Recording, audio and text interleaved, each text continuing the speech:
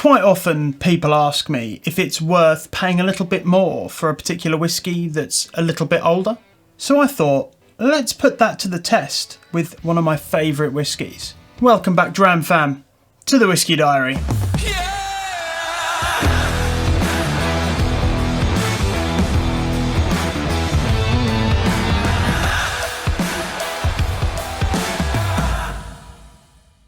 It comes up all the time if it's worth paying extra for a few more years on an age statement whiskey.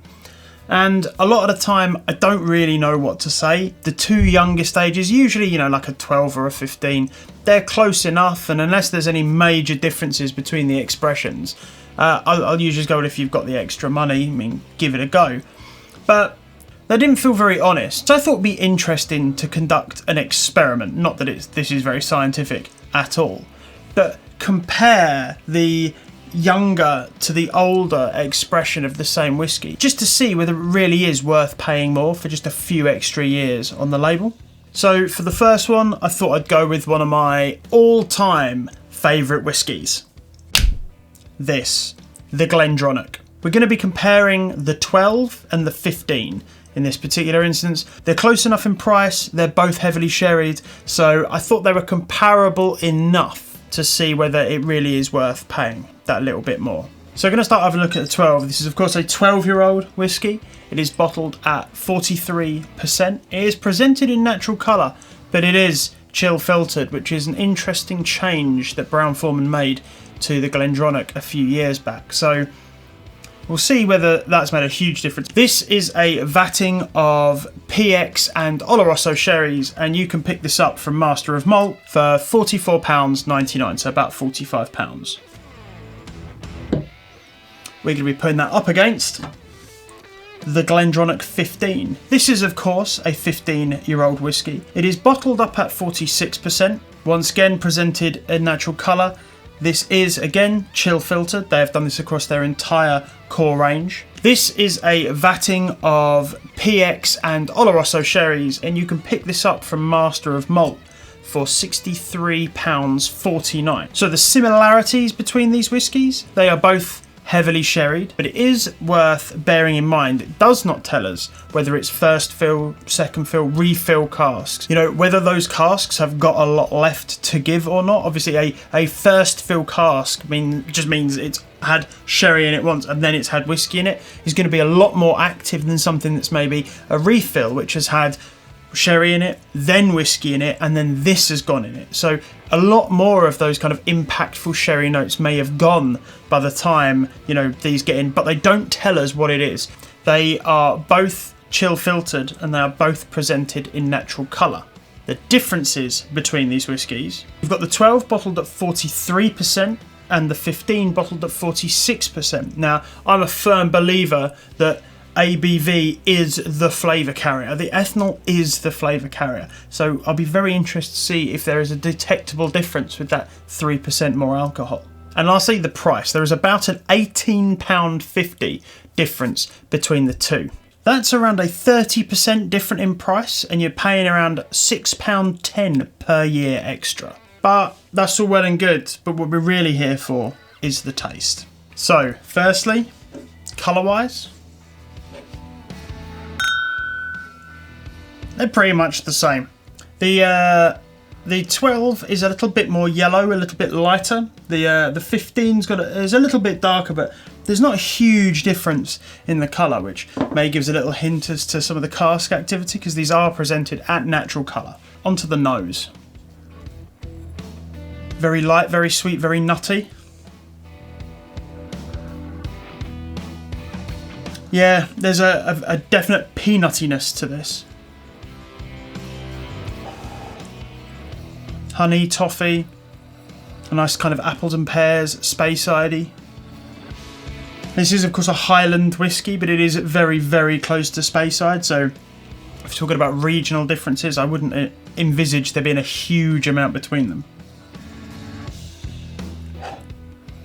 Very nice, a little bit of that nettle, kind of like stinging nettle, early morning walk in the woods, kind of, that fresh vegetal smell in there as well. Onto the 15. Instantly way darker. There are a lot of similarities, especially with that kind of, that nice sweetness, but this is a considerably darker, richer nose. Getting hints of licorice in there as well. Now these are definitely kind of the same base spirit, but yeah, this smells much stickier. Wonderful. Onto the palate. Really nice arrival. Hints of like pastry, like French pastries. Really nice and buttery. Loads of walnut coming through, like a very buttery nut, similar to like a macadamia, I guess, as well. It's not very dark on the palate. There's a fruity bitterness at the tail end, I guess, kind of like raisins, something in that kind of region.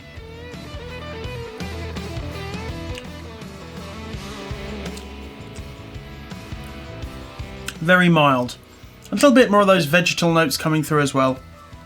Like, again, nettles really sticks out for me. If you've ever had nettle tea, you'll get it. And it's leaving behind just like a nice kind of slightly tannic texture.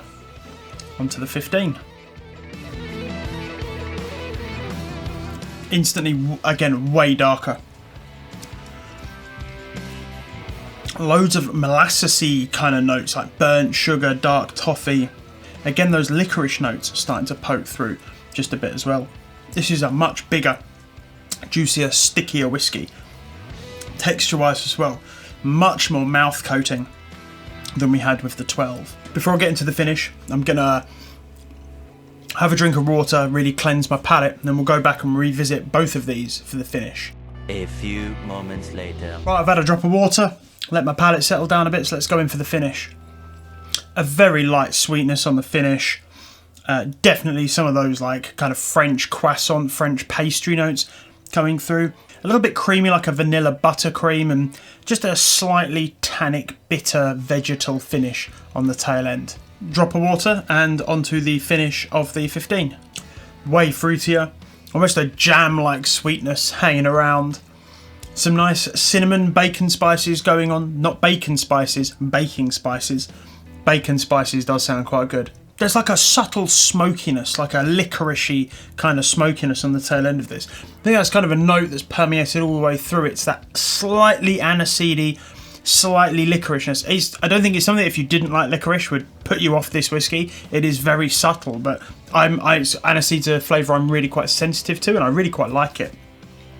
Almost like a menthol kind of thing hanging around here, but that could be a lot to do with that extra little ABV, that extra bit of alcohol that's just, you know, doing a bit more work in the mouth and giving a little bit more of a menthol kind of feel left behind. So, in summary, for me, both fantastic whiskies. I've always been a massive fan of the 15, and I recently discovered the 12. And these are two like absolute standards on my shelf. Do I think that the extra 30% increase in cost is worth it? I absolutely do. This really does have something extra. The 15 really does have a more premium feel. It's that mouth coating feeling, that texture that really fills your mouth.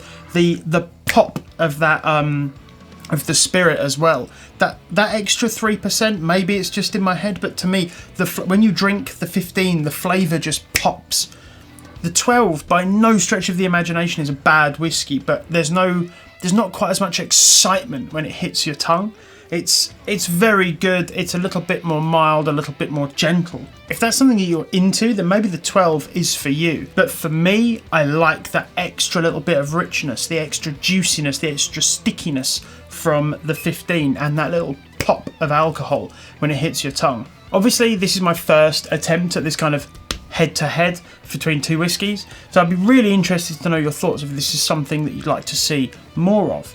Moreover, if you've got any comments on the process, I wasn't sure whether to go with one whiskey from start to finish, then go for the other one from start to finish, or whether to kind of compare the different aspects side by side. So let me know down in the comments if you've got any good ideas. But anyway, That's enough from me. Thank you all very much for watching. If you've liked this video, please do drop a like down below. And if you'd like to support the channel, please do consider subscribing. And on that note, obviously I'm going for the 15.